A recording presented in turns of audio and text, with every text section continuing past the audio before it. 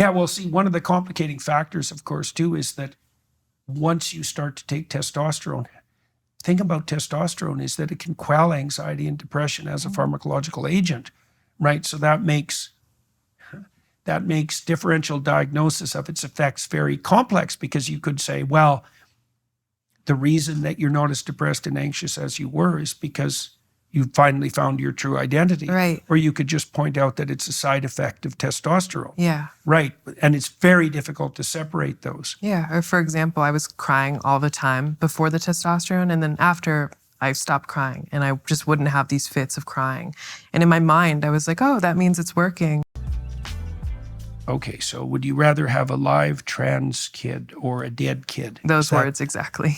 Yeah, yeah. Okay, so why did they take you to Olson Kennedy, though, rather than to someone who specialized, let's say, in depression and anxiety? Was that, I'll just let you answer that first. Sure, yeah. I mean, my guidance counselor had been the one to have this phone call with them, so I don't actually know. With your parents. Okay, I never got then to that tell likely my explains parents, it. but you said at school that you had already started, you'd had conversations with the guidance counselor, yeah, and you'd already been set on this gender transition path. Right. And okay, so now your parents know you're depressed and anxious, and that it's manifesting itself in this transition path. Then Olson Kennedy becomes a logical person to go see.